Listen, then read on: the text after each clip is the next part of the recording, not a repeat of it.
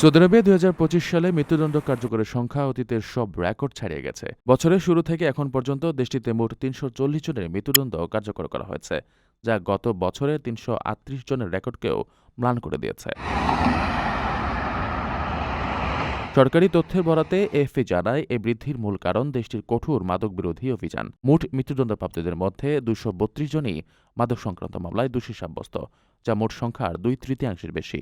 সর্বশেষ গত সপ্তাহে মক্কায় এক সুদানি নাগরিককে হত্যার দায়ে ৩ সৌদি নাগরিকের মৃত্যুদণ্ড কার্যকরের মধ্য দিয়ে এবছরের মোট সংখ্যা ৩৪০-এ পৌঁছায়।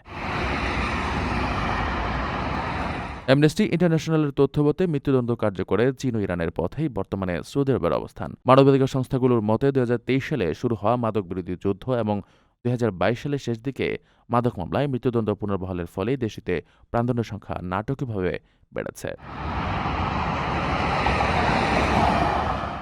প্রবাসীদের জন্য নির্মাণ হচ্ছে দেশের প্রথম স্মার্ট সিটি, যেখানে থাকছে স্কুল, মসজিদ, হাসপাতাল, সুইমিং পুল, হেলিপ্যাড, জিম, পাঠাগার, সুপারমার্কেট, শিশু পার্ক সহ সকল নাগরিক সুবিধা। মালিকানা শেয়ার মাত্র ৫ লাখ টাকা। প্লাটিনাম ইনভেস্টরদের জন্য ঢাকা বিমানবন্দরে ভিআইপি প্রোটোকল সুবিধা।